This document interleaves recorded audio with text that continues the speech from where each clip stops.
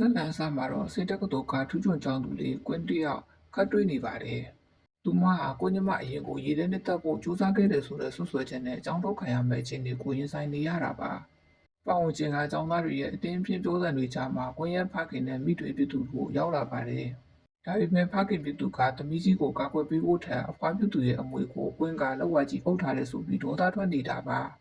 ညီမဖြစ်သူထရိုင်တန်ကလည်းသူမကိုလူသက်သမားတစ်ယောက်လိုဖန်တီးပြီးဟန်ဆောင်မျက်ရည်တွေနဲ့အပြစ်ပုံချနေပါတယ်။အောင်းအုပ်ကြီးကတော့ကွင်းကိုအပြစ်ရှိကြောင်းဆုံးဖြတ်ပြီးကြောင်းထုတ်ဖို့ပြင်ဆင်နေခဲ့ပါတယ်။အကြောင်းကွင်းကရေရဲဝံ့ပဲပြန်လည်ချေပလိုက်ပါတယ်။ကျမကတကြောင်လုံးမှာအမက်အကောင်ဆုံးထူးချွန်ကြောင်းသူပါဒီလိုလူကဘာလို့ဒီမိန်းကလေးကိုမနာလို့ဖြစ်ပြီးဒုက္ခပေးရမှလဲလို့မိကုံးထုတ်လိုက်ပါတယ်။ဒါဟာသူမရဲ့ခုခံခါပွင့်မှုတသက်တာဖြစ်ကြောင်းအခိုင်အမာပြောကြားခဲ့ပါတယ်။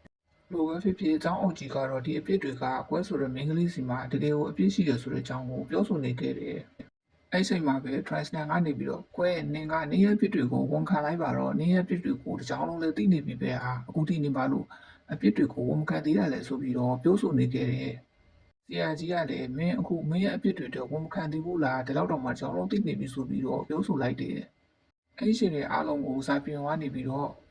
့ခိုင်းရဲ့အပေါ်ကနေပြီးတော့ကြိတ်နေခဲ့တယ်။စာပီယွန်နဲ့တူတက်တီဖြစ်မိန်းကလေးတယောက်ပါလာပြီးတော့အမှန်တရားကိုဖွင့်ချလိုက်ပါတယ်။ကွင်းကလူဆိုးမဟုတ်ပါဘူး transgender လျင်တကယ်အနိုင်ကျင့်သူပါလို့ပေါ်ပြောလိုက်တာပါ။ transgender ကအပြစ်မရှိကြောင်းညင်းဆိုနေတော့မှပဲအနိုင်ကျင့်ခံခဲ့ရတဲ့မိန်းကလေးကသူမရဲ့လက်မောင်းနဲ့ပခုံးပေါ်ကတန်ရာတွေကိုအားလုံးရှိမှလှန်ပြလိုက်ပါတယ်။လူမဲဆုပ်ပြတ်နေတဲ့တန်ရာတွေက transgender ရဲ့ရက်စက်မှုတွေကိုတက်တည်ပြနေပြီးတော့အားလုံးကိုအံ့အားသင့်စွာစေပါတယ်။ transgender ညင်းလို့မရတော့ပါဘူး။ဆက်လန်စာမှာမိန်းကလေးတစ်ယောက်ကသူမရဲ့လက်မောင်းပေါ်ကဓာတ်ဒဏ်ရာတွေစစ်ရက်နဲ့အထိုးခံရတဲ့ဒဏ်ရာတွေကိုတက်တည်ဖြစ်အားလုံးရှိမှချပြလိုက်ပါတယ်။ဒါတွေအားလုံးဟာအကြောင်းရဲ့နာမည်ကြီးကြောင်းသူ Transner ရဲ့လက်ချက်ဖြစ်တယ်လို့သူမကဆွဆွဲလိုက်ပါတယ်။ Transner ကတော့ AACC ပဲဒါကိုအားလုံးကိုတက်တည်ခေါ်မလားသူမရဲ့ရှိနေတွေနဲ့ရဲကိုခေါ်ပြီးဖမ်းခိုင်းမယ်လို့ပြန်ချင်းချောက်ပါတယ်။ဒါပေမဲ့တစ်ဖက်မိန်းကလေးကပိုပြီးအကွက်စိတ်ပါတယ်။ Transner က CCTV တွေကိုရှောင်နိုင်ခဲ့ပေမဲ့သူမဝတ်ဆင်ထားတဲ့ကဘာပေါ်မှာတစုံသေးတာရှိတဲ့ limited edition ဖနက်ကူတော့ဖုံးကွယ်ထားနိုင်ခြင်းမရှိပါဘူး။အဲ့ချိန်မှာပဲခွင့်ရလဲဓပုံကိုထုံးပြလိုက်တဲ့ပုံတွေကဖနက်သက်တီကြောင့် Transner တယောက်အငိုင်းမိသွားပါတယ်။ Transner တယောက်အခုချိန်မှာတော့လုံးဝကိုညင်လို့မရတော့ပါဘူး။အဲကြောင့်မို့သူမကစာရွက်ကိုလိုက်ပြီးတော့လူပါတယ်။အဲ့ချိန်မှာပဲသူမရဲ့နောက်လိုက်တွေဖြစ်တဲ့အခြားကျောင်းသူတွေကပါဒါတွေအားလုံးဟာ Transner ကခိုင်းလို့ရတာပါ။မလုံးရင်ငါတို့ကိုပါလက်စာကြည့်ပါကြောက်လို့ပါဆိုပြီးတော့ဝန်ခံလိုက်ကြပါတယ်။ Transner တယောက်ဘာမှမပြောနိုင်ပဲလူအများရဲ့ဝိုင်းဝန်းကြရမှုကိုခံလိုက်ရပါတယ်။ Transner ကတော့အခုချိန်မှာယူမီဝိုင်းဖြစ်နေရပါပြီ။အားလုံးသောအကြောင်းသူတွေကလည်းပဲသူရဲ့ဘက်မှာတယောက်မှမရှိတော့ပါဘူး။ဒီတွေဖုံးချခံရမှာစိုးတဲ့အတွက်ကြောင့်မို့အားလုံးကလည်းသူမအနာကနေပြီးတော့ထွက်ပြေးသွားခဲ့ပါပြီ။သက်သိမိန်းကလေးကလည်းဒီအချက်တွေကြောင့်မို့လို့ Transner နဲ့အခုတော့ညင်လို့မရဘူးဆိုတဲ့အကြောင်းကိုပြောဆိုလိုက်တယ်။ Transner ရဲ့မိဘတွေကတော့မျက်စိမျက်နှာပြက်နေကြပါတယ်။ကျောင်းသားကျောင်းသူတွေကလည်းဒီအကြောင်းကိုတီတိုနဲ့ပြောဆိုနေခဲ့ကြပါပြီ။အဲ့ဒီချိန်မှာပဲ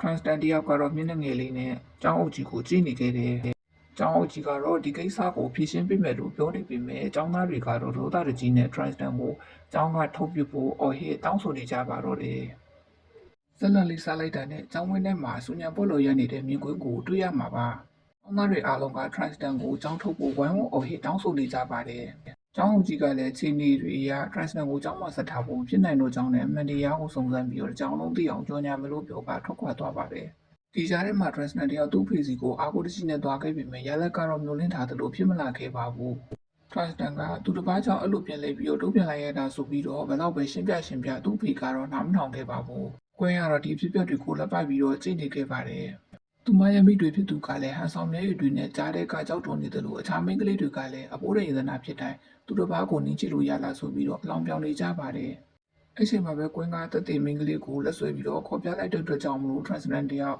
ဘယ်လိုမှညင်လို့မရတော့ပါဘူး။ဒီပြည်သူကကွင်းကိုအိမ်ပြန်ခေါ်ဖို့လုပ်နေတဲ့အချိန်မှာပဲသူကပြပြစညင်းဆက်လိုက်ပါတယ်။ပြီးတော့ကျမအရင်ကကွင်းမဟုတ်တော့ဘူးလို့စိတ်တွေကနေပြီးတော့ကြုံဝါနေခဲ့တယ်။ငိုပြန်လိုက်ခဲ့ဖို့ဘလို့ပဲခေါ်မဲ့လေပြန်လိုက်တော့ဘူးဆိုတဲ့အကြောင်းကိုကွင်းကတော့ပြောဆိုလိုက်တယ်။အဲ့လိုပြောဆိုပြီးတော့အပေါ်ကိုမိုးချိလိုက်တဲ့အချိန်မှာပဲလေကားလက်ရံပေါ်မှာတရားလုံးလေးဆိုင်နေ ECD နေစွာစောက်ကြည့်နေတဲ့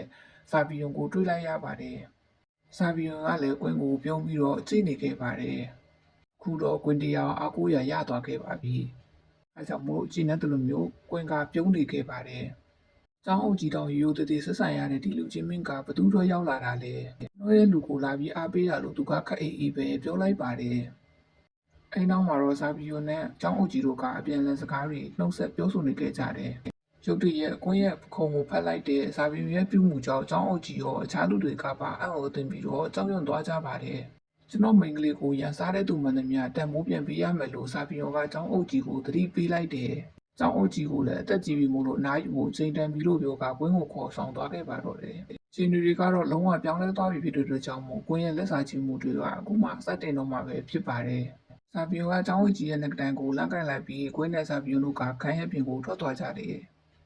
ဆက်လန်ဆက်မှာတော့ချုံမောခန့်ရတဲ့လူငယ်လေးကသူမကိုကြောင်းမသွားပဲအိမ်မှာပဲအနားယူဖို့ဂရုတစိုက်နဲ့ပြောလိုက်ပါတယ်။ဒါပေမဲ့သူ့ရဲ့အေးဆက်နဲ့ခန့်ရတဲ့အရှင်ဝါကြောင့်မိန်းကလေးဟာတစ်ဖက်ကကြောက်ရွံ့တယ်လို့တစ်ဖက်ကလည်းသူ့ကိုအားကိုးချင်တယ်လို့ဖြစ်နေခဲ့တာပါ။သူပြင်သွားဖို့ပြင်လိုက်တဲ့အခါမှာတော့သူမကစိုးရိမ်တကြီးနဲ့ပဲသွားမှုလဲလို့မေးလိုက်ပါတယ်။ဒါကိုဇာဗီယွန်ကမင်းကောက်ကိုအဖော်လုပ်ပေးချင်လို့လားလို့ပြန်မေးရင်းနဲ့သူမရဲ့စိတ်ကိုစားနှောက်လိုက်ပါသေးတယ်။ဇာဗီယွန်ကပီရီယန်ဂရုရဲ့အရှင်ကြီးမားတဲ့အမွေစက္ကန့်သူတစ်ယောက်ဖြစ်ပါတယ်။သူကမိတ်ဆိတ်တွေမှာကအရန်အားနေတယ်လို့ထင်နေကြလားလို့မိလိုက်တဲ့အခါမှာသူမကတတုံရင်နဲ့မဟုတ်ပါဘူးရှင်အတွက်စိုးရိမ်လို့ပါဆိုပြီးတော့ဖြေခဲ့ပါတယ်ဒီစကားကြောင့်သူကသူမကိုမင်းကကိုဂူးဆိုင်နေတာလားလို့ထပ်မေးလိုက်ပါတယ်သူမကတော့ရှက်ရှက်နဲ့ပဲရှင်ကမှကျမရဲ့ဂူးဆိုင်မှုကိုခံယူချင်တယ်မှမဟုတ်တာလို့ငကန်းလက်ချုံပြီးတော့ပြန်ပြောလိုက်ပါတော့တယ်ညနေပိုင်းမှာညစာစားပွဲတစ်ခုရှိတဲ့အကြောင်းစာပြောကပြောတဲ့အခါမှာတော့သူမကအရက်တွေများကြီးမတောင်းတဲ့လို့ချစ်စပွဲလေးမှကြားလိုက်ပါတယ်အိမ်နောက်မှာတော့ဇာဗီယွန်ကကွင်းကိုအနီးကပ်ခေါ်လိုက်ပြီးတော့သူမရဲ့နနာမှာတူတူလေးကပ်ပြောလိုက်တာကတော့မင်းကကိုယူဆိုင်ပြီးတော့ငါရှော့တော့ဖို့ကြိုးစားမှမယ်ဆိုပြီးတော့ဖြစ်ပါတယ်ခုလိုမျိုးရုပ်တရက်အနီးကပ်ပြောလိုက်တဲ့စကားတွေကြောင့်သူမရဲ့ရင်ခုန်တဲ့တွေကထိမ့်မနိုင်တဲ့များဖြစ်သွားရသလိုသူမရဲ့မျက်နှာလေးကလည်းအရွှေသွေးပြားသွားပါတော့တယ်သူတို့နှစ်ဦးကြားကဒီလိုဆွဲဆောင်မှုရှိတဲ့ romantic ဆန်တဲ့ခိုက်တန်လေးကဘယ်လိုတွေဆက်ဖြစ်လာမယ်ဆိုတာကတော့စိတ်ဝင်စားစရာဖြစ်ပါတယ်ဇလန်ဆာမှာတော့ဒေါသရကြီးနဲ့အင်းလေးကထွက်လာတဲ့ဖခင်ပြသူကိုတွေ့လိုက်ရပါတယ်သူဟာသူ့ရဲ့ဇနီးဖြစ်သူကိုဒါမင်းတင်ပေးထားတဲ့သမီးလားဆိုပြီးတော့အပြစ်တင်ကျိမ်းမောင်းနေခဲ့ပါတယ်။သမီးဖြစ်သူကလည်းအမားလုံးမိထားပုံရပြီးတော့မျက်နှာငယ်လေးနဲ့တောင်းပန်နေပေမဲ့ဖခင်ဖြစ်သူကတော့မင်းเจ้าငါမျက်နှာတစ်မျိုးလုံးမှာအကုန်ပြရပြီးလို့ဒေါသရကြီးအော်ရင်းနေပါတယ်။မိခင်ဖြစ်သူကတော့သူ့ရဲ့သမီးလေးเจ้าမတငယ်ချင်းတွေကိုအနိုင်ကျင့်မိတာကိုပတ်စံပေးပြီးဖြေရှင်းလိုက်ရင်ရတာပဲဆိုပြီးပေါ်ပေါ်တန်ပဲပြောနေပါတယ်။ဒါပေမဲ့ဖခင်ဖြစ်သူရဲ့စိတ်ထဲမှာတော့အနိုင်ကျင့်တဲ့ကိစ္စတဲ့အမွေကိစ္စကပိုပြီးတော့အရေးကြီးနေခဲ့ပါတယ်။သူဟာငါအလိုချင်ဆုံးကအမွေပဲလို့ထုတ်ပေါ်ပြောလိုက်ချိန်မှာတော့သူတို့မိသားစုရဲ့လောဘတွေကိုအထင်ရှားမြင်လိုက်ရပါတော့တယ်။သူ့ရဲ့အဖေဖြစ်သူကတော့ဒီကိစ္စတွေအားလုံးရဲ့တာဝန်ခံတရားခံကတော့နေမဲ့ဖြစ်တယ်ဆိုပြီးတော့သူ့ရဲ့သမီးကိုပြောဆိုလိုက်ပါတယ်။အဲဒါကလည်းသူ့ရဲ့အဖြစ်တွေကိုခေါင်းခံတဲ့အနေနဲ့ခေါင်းနှိပ်လိုက်တယ်သူ့ရဲ့ဖေကတော့စိတ်ဆူပြီးတော့ထွက်ခွာသွားခဲ့ပါတယ်။ဒီပြဿနာတွေကိုဖြေရှင်းမှုအတွက်မိခင်ဖြစ်သူကကွင်းဆိုတဲ့ခေါင်းမလေးစီကိုကိုယ်တိုင်သွားပြီးတော့အိမ်ပြန်ခေါ်လာမယ်လို့ကတိပေးပါတယ်။မှာတော့သူတို့ကအကြံစီတစ်ခုတွေနဲ့ကျောင်းရှိကိုကားတစ်စီးနဲ့ရောက်လာကြပါတယ်။ကွင်းရဲ့လက်ကိုနောက်ကနေပြီးတော့အတင်းလန်းဆွဲလိုက်တယ်။ခင်ဖြစ်သူကတော့ကွင်းကိုချုံမော့ပြီးတော့သူမရဲ့အဖွားဖြစ်သူရဲ့အမတ်တရားပစ္စည်းတွေကားပေါ်မှာရှိတယ်ဆိုပြီးတော့လက်ပြခေါ်ဆောင်နေပါတယ်။အဖွားဖြစ်သူရဲ့အမတ်တရားပစ္စည်းတွေလိုကြားရတဲ့အတွက်ကြောင့်မို့လို့ကွင်းကတွေ့ဝေသွားပြီးတော့သူ့ရဲ့အမေဖြစ်သူနဲ့တူကားစီကိုထွက်ခွာသွားပြီးတော့မိခင်ဖြစ်သူနဲ့တူကားပေါ်ကိုတက်လိုက်ပါတော့တယ်။ကားပေါ်ကိုကွင်းတက်လိုက်တဲ့အချိန်မှာတော့သူမကိုတင်းကျပ်ဖမ်းဆီးပြီးတော့ခေါ်ဆောင်သွားဖို့ကြိုးစားပါတော့တယ်။မိခင်ဖြစ်သူရဲ့စကားကိုယုံကြည်မိတဲ့ကွင်းတယောက်တော့အခုတော့ကားပေါ်မှာဒုက္ခအကြီးကျယ်ရောက်နေခဲ့ရပါပြီ။သားမီးနှစ်ယောက်ကကားပေါ်မှာဆွဲလွှဲပြီးတော့ရုန်းကန်နေကြပါတယ်။ကွင်းရဲ့အမေဖြစ်သူကလည်းကားတကားကိုအတင်းပိတ်ဖို့လုပ်နေပါတယ်။ကွင်းကတော့ကားရဲ့ပြင်ကိုကြိုးစားပြီးတော့ထွက်ဖို့အတွက်လုပ်နေပါတယ်။ကွင်းတယောက်ကားထဲကနေပြီးတော့တွန်းထိုးပြီးတော့ဆင်းသွားတဲ့အချိန်မှာပဲအကောင်လေးတယောက်ကထွက်ပေါ်လာပြီးတော့